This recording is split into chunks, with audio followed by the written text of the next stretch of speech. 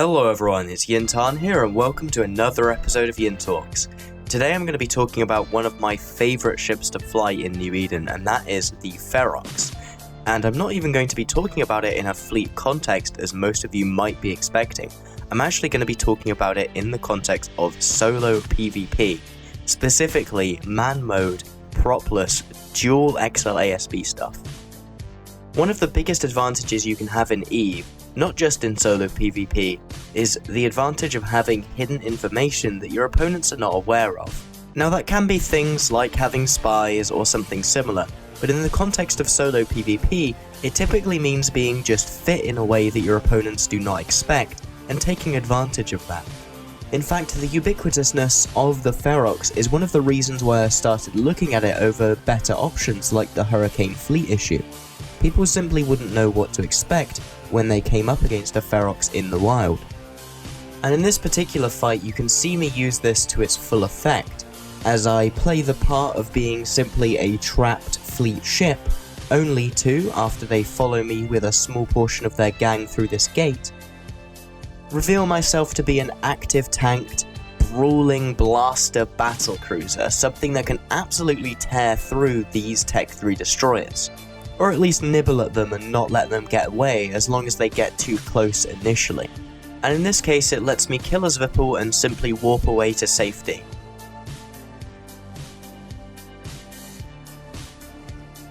Another thing that really stands out with the Ferox, at least in my opinion, is the fact that it's very resilient to mistakes, as you can probably tell by this piece of ancient footage from right in the middle of the overpowered Zvipple era. Just as a learning exercise, see if you can spot every mistake I made in this fight, starting with literally not bringing any drones, and moving up from there. And then consider that I was somehow still able to kill a Zvipple whilst fighting 4 people in a T1 battlecruiser.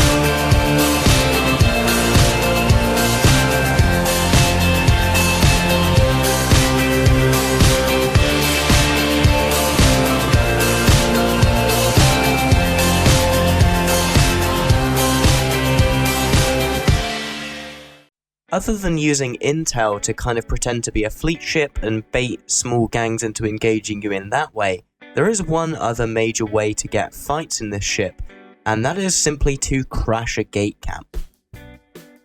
I typically use a slightly different fit for this, as I find the range of 150mm rails to far outweigh the benefits of tracking that electron blasters give, but I suppose that is up to preference and I have used both. In this particular case, the range of the 150mm rails let me get a sick 420 XXX no-scope XXX on a Gamma before quickly switching over to the Execura, which is the logistics component, allowing this Vigilant to tank through gate guns and also my DPS, as I do try him just to be sure, before simply switching to Spike and taking the Execura out that way. Ideally what I would have done here is try and put pressure on the Execura whilst holding down tackle on the Vigilant, but however in this fit I did not specifically use a scram, which probably was a mistake to be honest.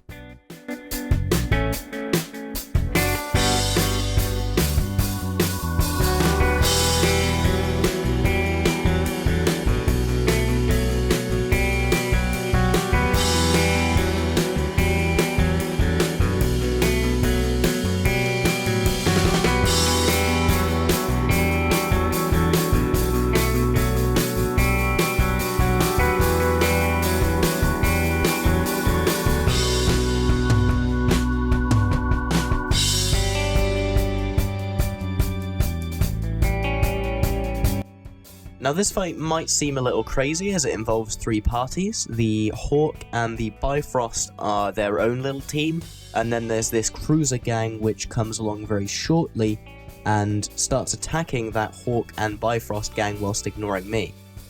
As such, I make the pragmatic choice and choose to focus on the Hawk myself right at the start of this fight, only to quickly turn on the cruiser gang as the Hawk itself died. I'm just going to let this one roll out as an example of kind of how you can use the burst tank of the Ferox effectively to just crush cruiser gangs like this if they get cocky and try and brawl you.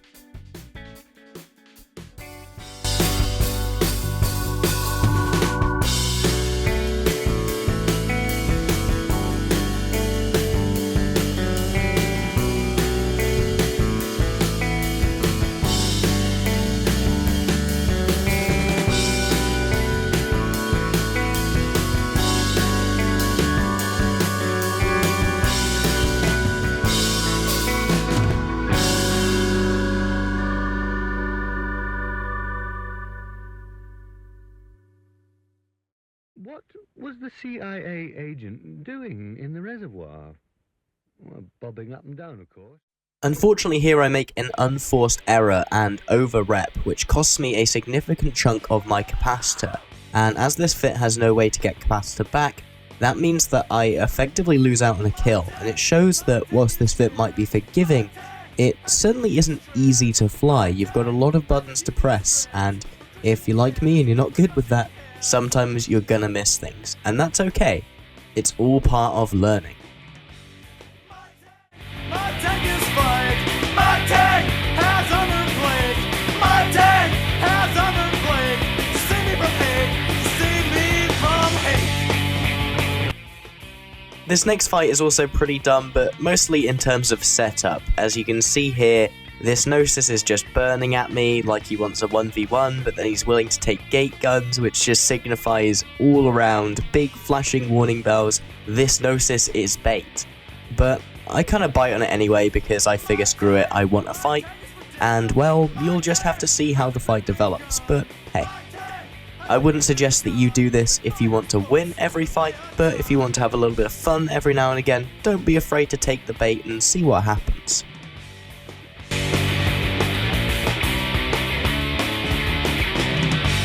My tank has a great big gun. My tank has underplayed. My tank has a huge distress. I am me. I am my tank.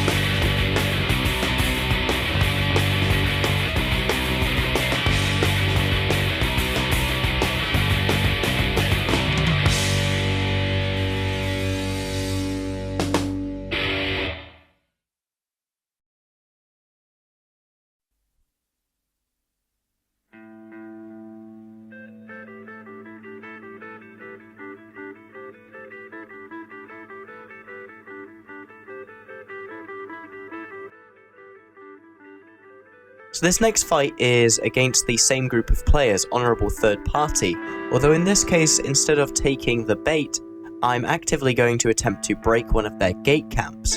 And this is not just for idle boredom's sake, I actually have a PI ship that I'm trying to bring through in order to do my factory PI, which I have set up in Karam, or did, I no longer have it set up there. So this fight actually has a tiny reason behind it, and I just find that kind of thing a little bit fascinating, that there are economic reasons to get in fights like this sometimes. One of the tiny little micro edges that I start attempting to abuse at this point is repairing an XLASB as it's reloading, as long as you do not have heat on any of your other mids, you can actually start repairing for a short period of time, letting you to repair some residual heat damage on your Ancillary before you end up needing to heat the other one in order to, rep all the damage you're taking. It's only a tiny edge, but tiny edges like this are what you're really looking for when you're trying to fight a gang of this size, using things like drugs, matching your velocity properly, and all those other things that you would do in a normal ship should be taken into account here as well. Don't think that just because you're a no-prop ship, you get to meme face roll your way to victory.